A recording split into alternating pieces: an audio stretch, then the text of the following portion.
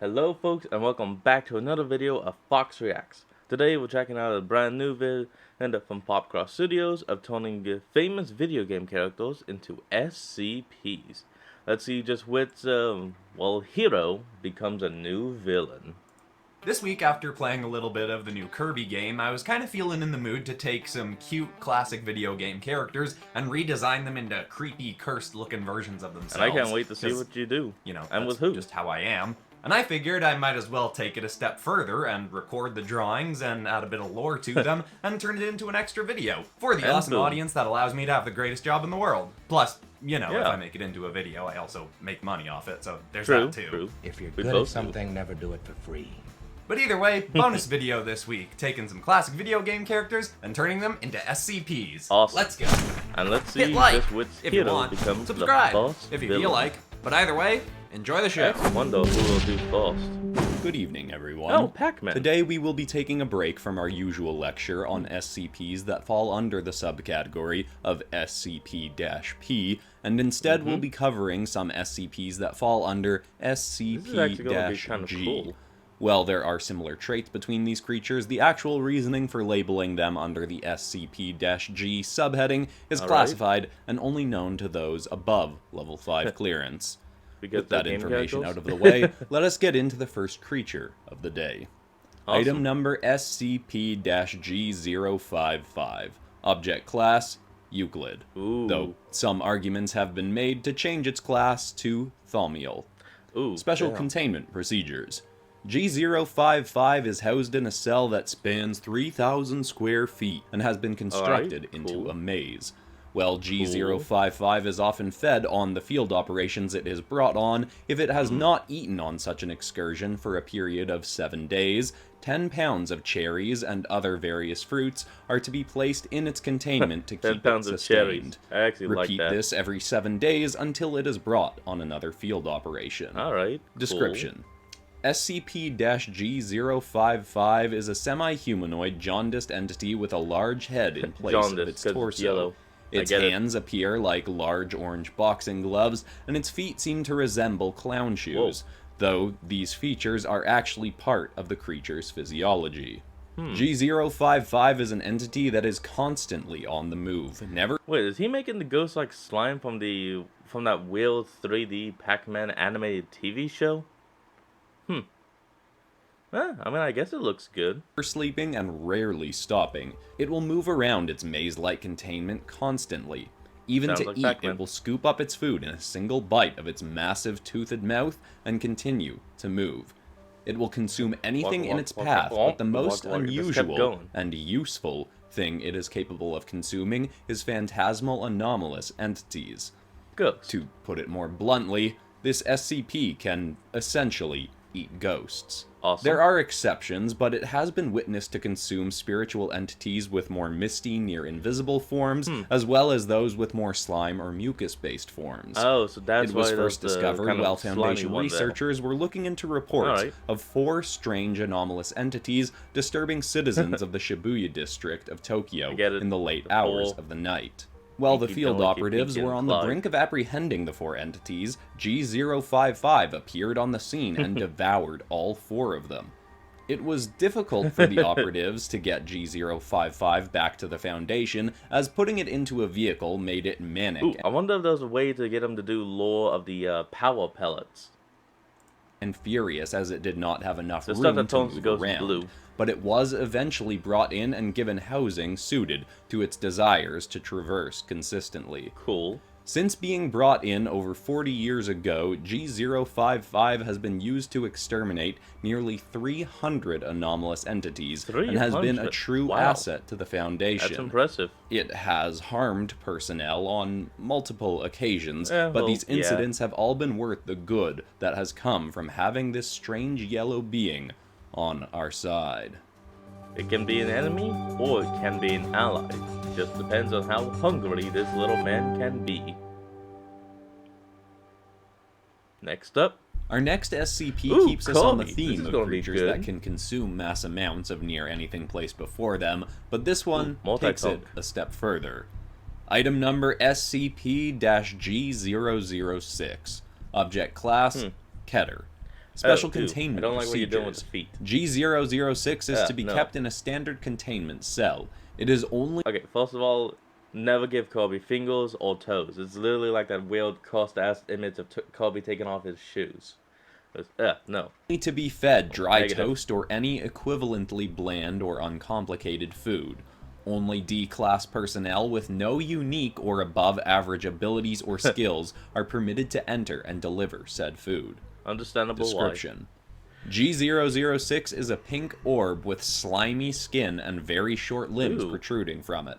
Its body has the consistency of chewed bubblegum, and it can stretch into all manner of shapes and sizes. It has 3 long tongues and a large mouth. Through this mouth, it can inhale so deeply and strongly for such a long time that it can pull massive objects towards it and swallow them whole. It will do this to consume sustenance, but more concerning, it will do this to consume beings or entities with abilities it desires to possess. You see, if this creature consumes a person with, say, phenomenal skills at a certain sport, basketball for instance, G006 will then have this same skill until it chooses to vomit up the person or being it consumed. It will lose this ability, and more often than not, the person who it had briefly consumed will be mentally traumatized and unable to regain their full faculties. Do you think this thing would be able to kill 682? It seems to only take on the most dominant or impressive trait of the being it absorbs, or the most unique ability. This, of course, was fascinating to Foundation experts. When the creature was first brought in, we tested it by placing it in containment with various other SCPs. When placed in containment with SCP-682, also known as the Unkillable Reptile, G006 consumed the creature and its very form changed.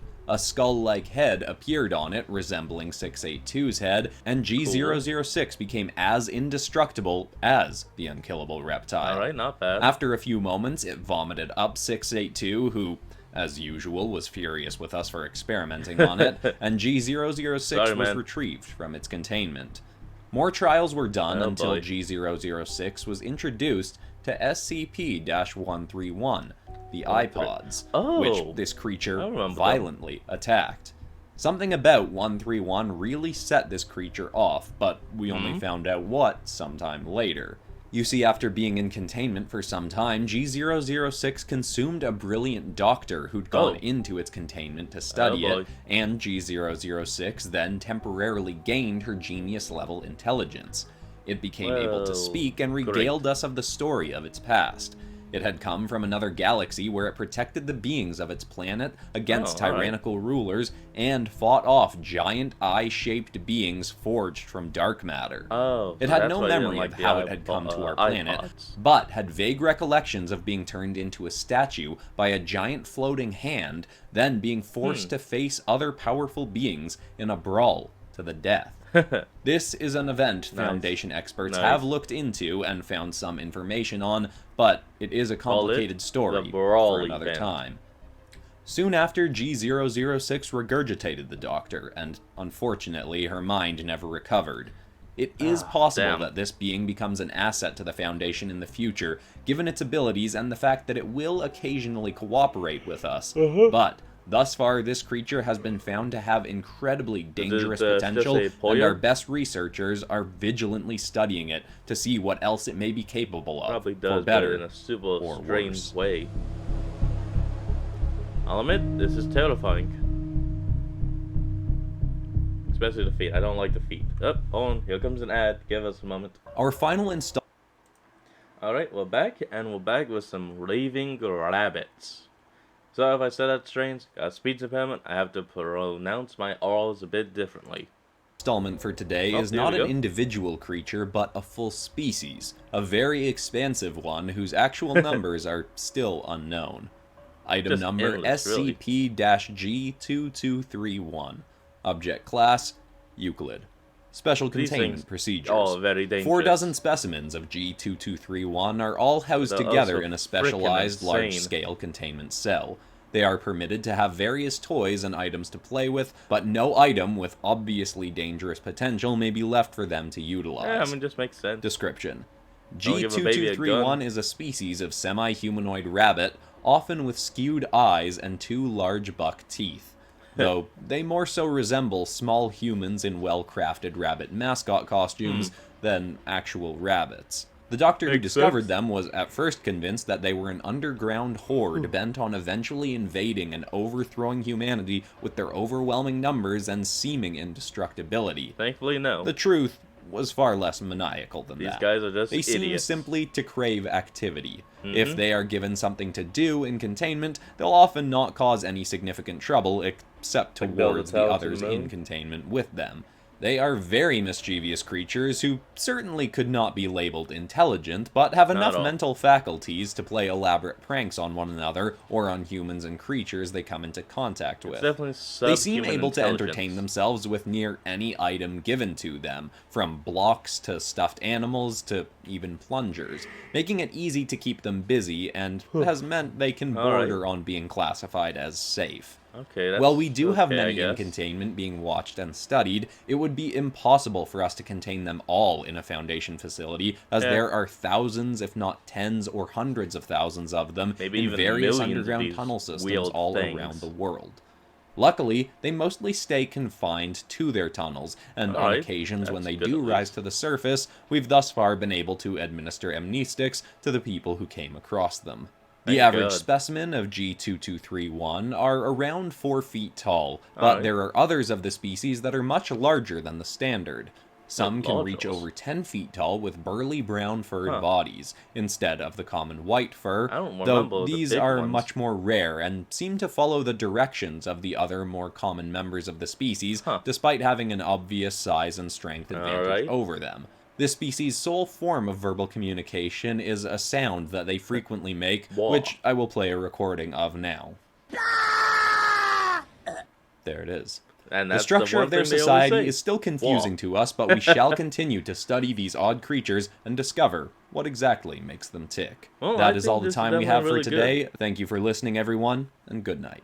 Out of all 3 of these SCPs, I have to say Colby is definitely the most terrifying, because for one, fingers and toes on the puffball. Just no. Ugh. Alright, so that rabbit, I probably could have redesigned it a little bit more, made it a little bit more SCP looking, was kind of cartoony, but besides that, I'm quite happy with how this turned out. That creepy Kirby is weirdly fun to look at. And of course, if you're new to the channel, you might want to go back and check out Monday's video, where I took more Minecraft mobs and turned them into fantasy monsters. Similar sort of artwork tone to what I was doing here. Or check out my series of Pokemon as SCPs, because this was my first episode of something as SCPs that wasn't Pokemon. And I do want to do more stuff turned into SCPs, or turning SCPs into more things, so give me all the ideas you have for that in the comments. I mean, I have tons of ideas from people in previous comment sections about that, but always open to more suggestions. And besides that, that's all for today. Except, of course, for ending this video on some kind of positive or uplifting note, and today I want to leave people with a quote from the Buddha, which is that each morning we are born again. What we do today is what matters most. I love treating every day like a new opportunity to live a great life, regardless of what bad things might have happened the day before. I hope that's helpful to someone out there. Thank you so much for watching, everybody. I love you all, and I'll see you all in the next episode on Friday. Goodbye. And just like that, that's where we're going to leave off today's video. So, I want you to remember to like, comment, subscribe for more. Down in the description will be a link to the original video, so remember to support the original creator and all they do. And I'll see all of you folks in the next video. So have a good one.